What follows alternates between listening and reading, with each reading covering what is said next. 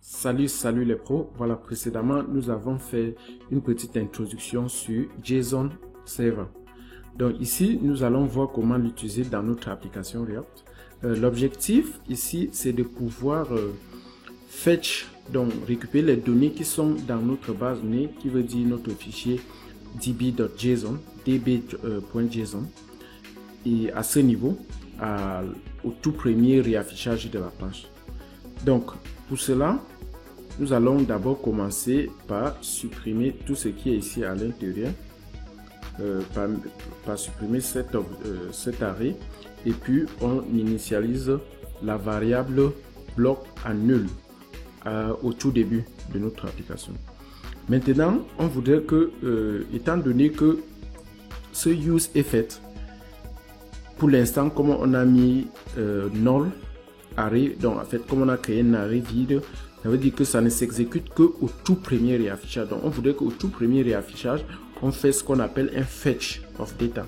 Donc, on fait ce qu'on appelle une récupération des données du côté serveur qui se retrouve dans notre base de données. Et pour ce faire, nous allons utiliser l'API fetch de JavaScript que vous connaissez pour pouvoir récupérer les données. Il s'agit tout simplement de l'utiliser ainsi. C'est une fonction qui fonctionne avec des promises. Donc ça prend comme argument un array qui est la ressource, qui est l'URL. Donc il s'agit de cette URL. Donc je vais le copier, je l'ai copié et puis je cache encore. Donc il s'agit de cette URL qui représente la ressource où nos blocs se retrouvent dans notre serveur ou dans notre base de données. Donc pour ça, on va donc utiliser la première méthode den qui veut dire qui prend comme argument un arrow function, ouais, et ça retourne quoi? Lui, il retourne ce qu'on appelle les données. Ici, ça retourne une réponse. La réponse en fait qui vient du fetch. Une fois que ça a pu récupérer les données, ça retourne ça. Et ici, dans cette première promise, il faut les convertir en JSON. Aussi simple que ça. Étant donné que ceci va aussi faire une sorte de tâche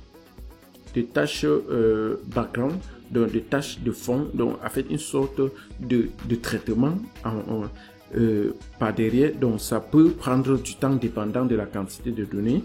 Et pour ça, cette méthode fetch retourne encore une autre promise, et cette fois-ci la promise nous retourne en fait ce qu'on appelle les données dans ce cas. Donc ici, données, data ou données, c'est juste une variable aléatoire, vous pouvez l'appeler comme vous voulez, mais j'ai décidé de l'appeler ici data. Donc si j'essaie de faire une sorte de log, ici j'essaie de console dans log ces données. Si nous on vérifie là, je crois qu'on devrait avoir quelque chose dans notre base de données.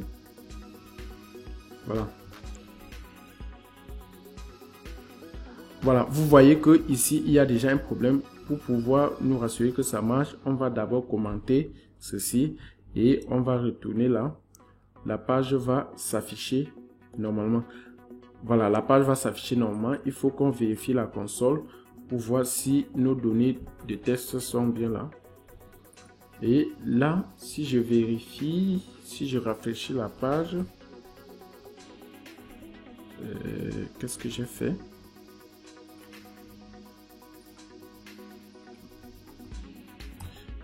Voilà, si je rafraîchis la page, on voit bien que nos données ont été bien retournées. Ceci vient vraiment du côté du serveur.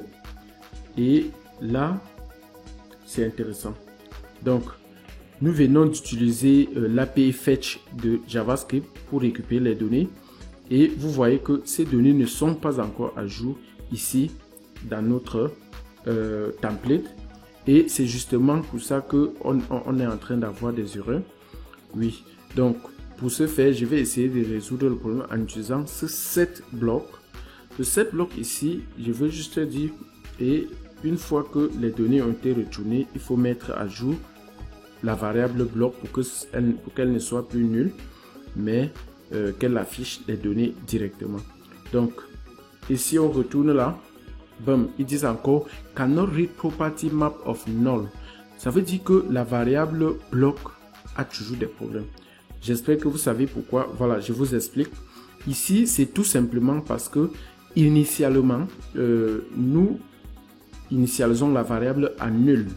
Étant donné que ceci utilise une sorte d'asynchronicité, ces données récupérées au niveau du serveur prennent quelques secondes, ou dépendant même de la connexion, si c'est un vrai serveur, ça peut prendre beaucoup de secondes.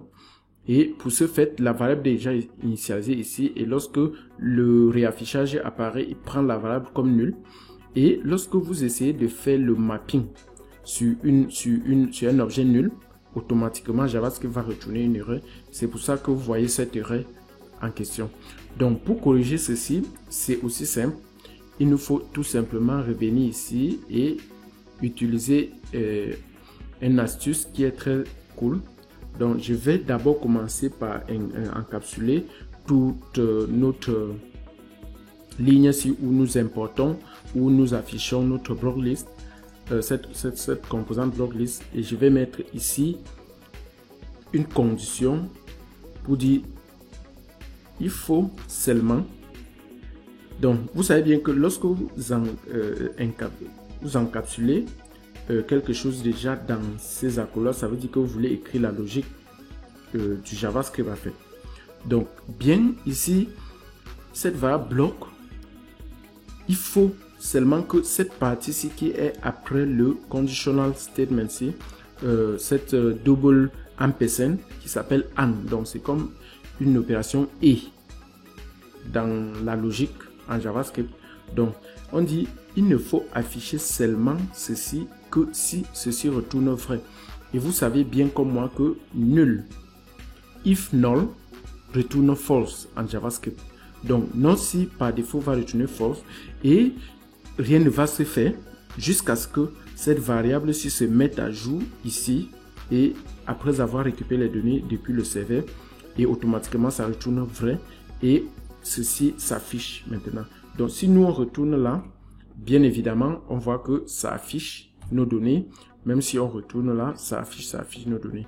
Surtout, j'espère que vous ne vous posez pas la question que pourquoi on essaie de modifier la variable ici avec useState dans notre useEffect, comme je l'ai dit précédemment. Justement parce que on a bien spécifié ici que ça ne s'exécute que à l'initialisation de la recharge. Donc ça veut dire du réaffichage.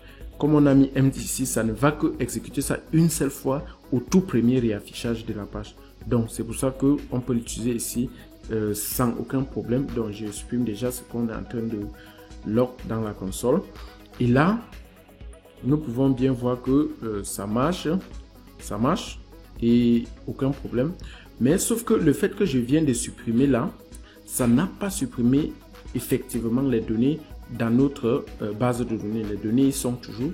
Donc il faut qu'on essaie de supprimer déjà cette fonctionnalité de la suppression pour pouvoir le réimplémenter une fois, de telle façon que même lorsqu'on supprime, ça supprime vraiment les données même dans notre base de données. Donc je vais essayer de supprimer cette fonctionnalité en commençant par la fonction ici, donc par la propriété qu'on est en train de passer dans notre composante block list.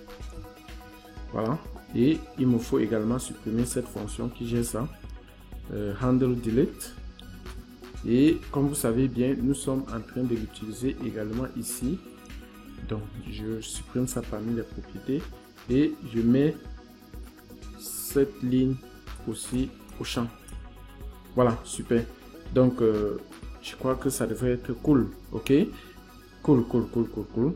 Et on a notre application qui récupère les données maintenant au chargement de la page depuis un serveur.